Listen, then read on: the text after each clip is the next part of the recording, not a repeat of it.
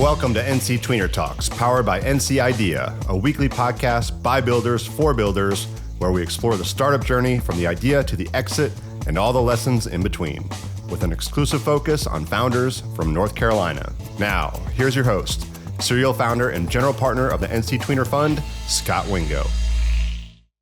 First, a huge thank you to our platinum sponsor. NC Idea Foundation strengthens the economy of North Carolina through a strategic combination of grants and programs deployed directly and through a network of partners in furtherance of their vision to help people achieve their entrepreneurial potential. First, a huge thank you to our gold sponsors.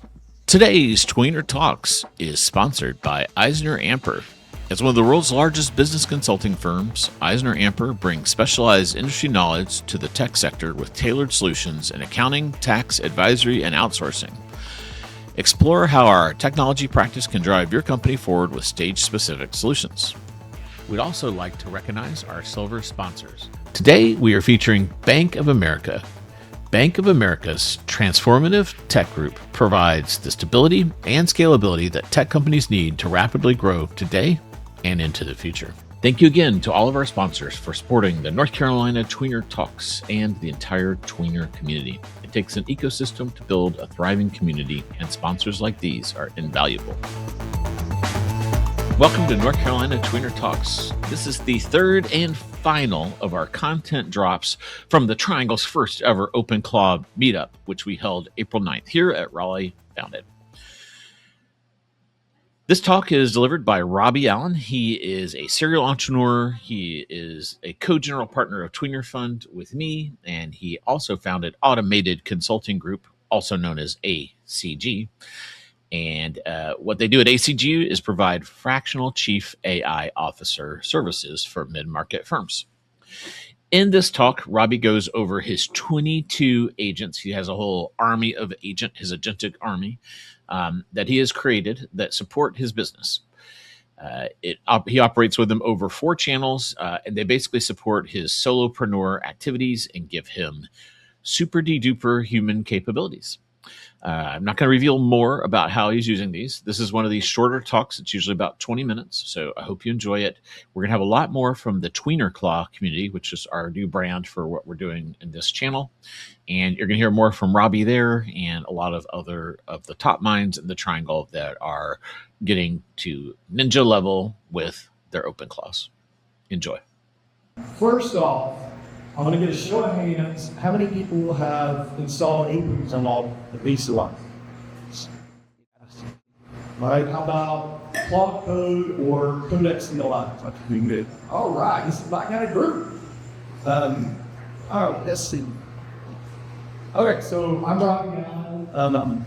I started my first AI company at 2010 called Automated Insights, which is arguably one of the first commercial generative AI companies. Recently, I started a health optimization company called Lion Health, where we're trying to automate what physicians do, right? Being machine learning and other things.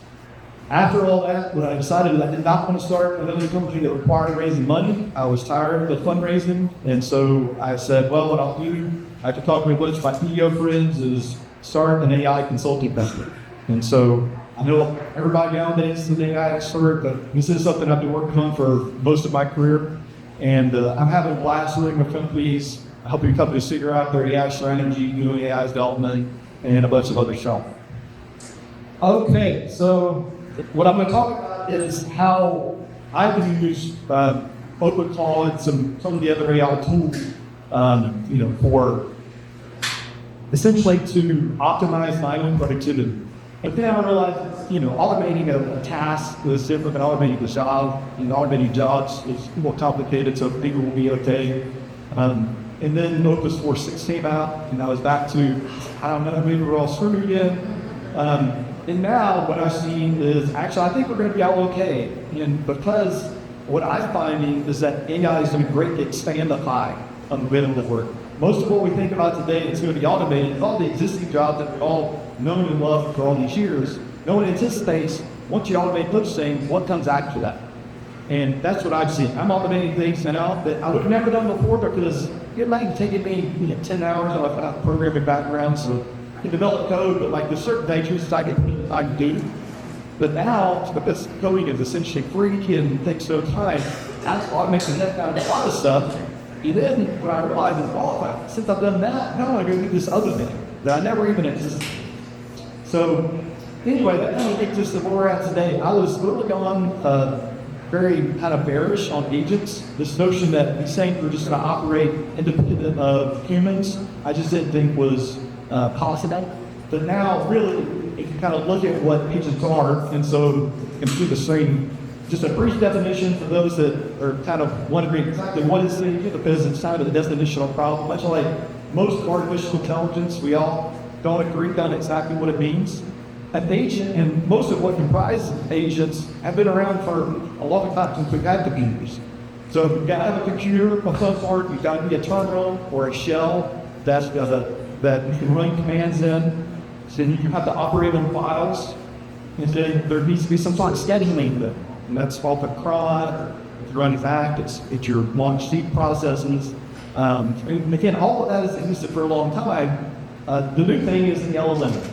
So one of the things that you often find with agents, especially when people are talking about multiple agents, is they try to take it from a role-based perspective, right? This is a very common pattern when you're talking about agent orchestration, especially in the context of a company. I have to simulate what a company is. So I'm going to have my CEO agent, and I'm going to have my COO agent, and I have my finance agent, right? And we think about these things in terms of how we've always operated, right? Because again, it's kind of like what I said before. AI is going to expand the pie, and we can't really anticipate because we're not good at second-order thinking. And it's the same way with role-based agents that we think it's a near-term phenomenon. I don't think long-term we're going to do role-based agents because in my experience, it has a lot of overhead. So I went this pattern as well, where I implement all these different agents that were very specialized and did specific things. And then what I found was the same problems of running a company with lots of people. The coordination's a bit of a pain in the ass. And then, so why am I doing that? Why do I have an agent that's only knowledgeable about the finances of the company? Why not have an agent that's understood the finances of the company and knows how to come up and knows how to do marketing? And then I can just ask that agent to do whatever task I need, as opposed to thinking I need to have an agent that's only coming with a specific task. So the way I built my system, or the way I've evolved the system, is more of a single world agent, where there's a knowledge base and the agent operates off of that, as opposed to having discrete agents that only can understand and do individual things. But again, that's a little bit controversial or different than the way a lot of people do. Okay, Claude Code versus OpenClaw. So I'm a big Claude Code person. So I installed OpenClaw in December. Back when it was still ClaudeBot. Then it became MoltBot, and then after that it was OpenClaw. And it was crazy. I mean, I remember when I renamed everything to MoltBot, and then literally like one day out of the blue, they renamed it again. I was like, what in the world is it doing? This is maybe even too far, and it's out there for me to be messing with. But the key difference, at least for me, and there's no standards with this, people, and you'll hear different perspectives. I use Claude Code for development. That's what I build with. And it's amazing. For me as a programmer, it instantly, and this was before the latest models came out, I would say it instantly made me a 10x programmer. I used to think I was a pretty good programmer back in the day, but I became a 10x programmer because of my passion with using AI coding. And then now, on top of all of that, with some of the improvements and then with some of the new ways of leveraging these tools, it's even beyond that. And then now I even like to say, I'm a 50x programmer. I mean, who knows what that is? I just know it is significantly higher than anything I've ever experienced before. And so Claude Code is my tool to do interactive. Again, I don't just use it for coding. I use it for knowledge management, interactive with all the data I collect on the companies that we work with. This is my assistant. It's my kind of knowledge partner. And so OpenClaw I use as a way to access information, especially if I need it on the go, where I need to do remote execution when I'm not in front of my laptop or I'm not in front of my Mac Mini. And so OpenClaw is essentially a window into a lot of the things that I develop, basically. All right, so I use 4 channels, and this is where I do a quick demo. The first is the email, of course. So I wrote an agent that allows me to send an email to a specific address, and I can ask it a question and think of it as like a personal assistant. But it has full knowledge of all of the clients I work with, the ACG, and all of the stuff that I've done. And I can ask any question about any of those clients, and it responds back within a minute. Again, that's 3 y'all. Slack, we use that. I mean, we're a pretty small team at ACG, so we don't really Slack that much, so we've been created. I have created a bot for our tweener fund Slack group that we use pretty frequently where gas questions about investment through Slack. iMessage, where I can send a text just like I can email. I'm more an email person, so I end up using my email channel the most. But then the one that I did is a little bit of a toy, but I figured I'd show it off, is the voice call engine that I set up. So what I get to access to the voice in Twilio, which is again, I don't think it doesn't work terribly well. I plug it into 11 Labs on the back end, and I use GPT-4 to transcribe. I need to text. Again, it's a little thing. And then the big thing of transcripts. And so, if you ever interact with me or ask my advice about what's going on with AI inside businesses, I'm a huge meme of transcripts person. Really, I call it the sawdust of business. I think it's going to be one of the key enablers for companies to marry all of their data that they're collecting with business logic that they have not documented. That stuff happens in meetings all the time. And so what I found, we're meeting transcripts of this amazing enabler for me to be able to take something, to have a conversation with somebody on a topic I don't really understand what it's about, but we can have a conversation about it. You give me some data, and now I'm going to get excerpt of it. All right, so I've created 22 agents so far that do a bunch of different things. The main categories of information is, operations, so processing email. Like when I have meetings, for a specific client, I track all the email and calendar invites, so my, OpenClaw has full understanding, when I've done with the client, what emails we've exchanged, any of the documents that they've provided me, and we've used. Again, I have meeting transcripts of the meetings of those clients, so that again goes into the sweep of information. LinkedIn is another thing that I spend a fair amount of time trying to automate, which isn't easy.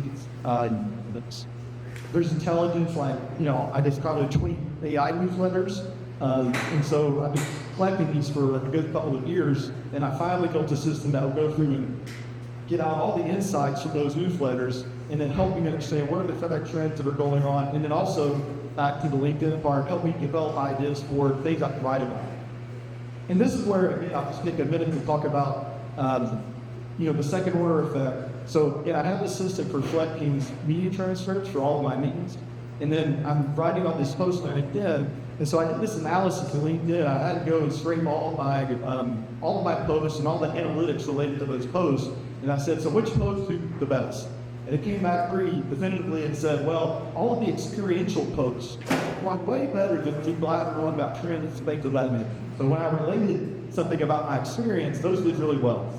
And so I've interacted with OpenClaw and said, well, how am I going to create more of those? And if there's a lot of experience, then I can think through, like, what's something I can relate. And then it came back with the idea of, we have these meeting transcripts, and oftentimes in meetings, you're relating stories and ideas that you have. Why don't we mine the meeting transcripts for experiential stories that you can post on LinkedIn? I'm going to that is pretty great. And so every week now, I have a process of going through the previous case transcripts and come up with 5 or 6 LinkedIn post ideas that I can write stories around based on experiences I shared that previously. One of the things that I do with the meeting transcripts is, you imagine if you record all your meetings, you essentially talk about all the things you're supposed to do that and it's meeting all the fast. And so I figured what I could do is pull out all my action items. I could have all my action items in these meeting transcripts, and so why don't I pull those out and put those into my meeting tasks? And so essentially I can manage my tasks all good. The next step after this, and my good friend David Sheen, I don't know if he came today, is to go to the next step, which is, imagine you're sitting in a meeting and you have a conversation, and then you record the action item, and then you execute the action item completely automated, right? We're getting that close here. All I have to do is have meetings, and the work happens behind the scenes. I just went through this example of meeting transcripts, goes to the client folder as part of the knowledge base of the client. It creates Google tasks for me. I can share meeting the posts out of it, and now within 30 minutes of me having a conversation with the client, I can generate a full customized composing for that client based on what they asked me to do. And again, it's a nice polished PDF and all of it. I used to spend hours at ICO for iterating research. Now that's totally all of it.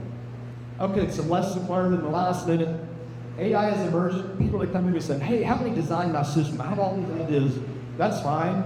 And it's good that you have ideas on what this is going to be, but just like the advice I give on startups, whatever you start with is going to not be what you end with. AI is emergent, that is you're going to do stuff, and it's going to do other things. Single role, multi-role, at least in my experience. The key is creating the shared knowledge base that grows over time. You're going to become more and more intelligent with your system as you build up this knowledge base, right? That's like the meeting transcripts are additive every time I have another meeting with a client, how that adds to this knowledge base that I'm building in these. And like I said, there's no best practice again. All right, so the HRP, again, we do strategy work, fractional chief AI officer kind of work, as well as AI engineering. One of the things that I'm working on is automatic execution idea, where how close can I get from having a meeting to having the work done for me behind the scenes without the MZ? That's kind of linked. NC Tweener Talks is hosted by Scott Wingo, presented and produced by NC Tweener Fund, which is powered by NC Idea, with creative assets and design support from our friends at Walk West. That's it for today's episode. A big thank you to our guests, sponsors, and the team that makes this podcast possible. If you enjoyed this episode, don't forget to subscribe, leave a review, and share it with someone who loves the startup stories coming out of the North Carolina Tweener Talks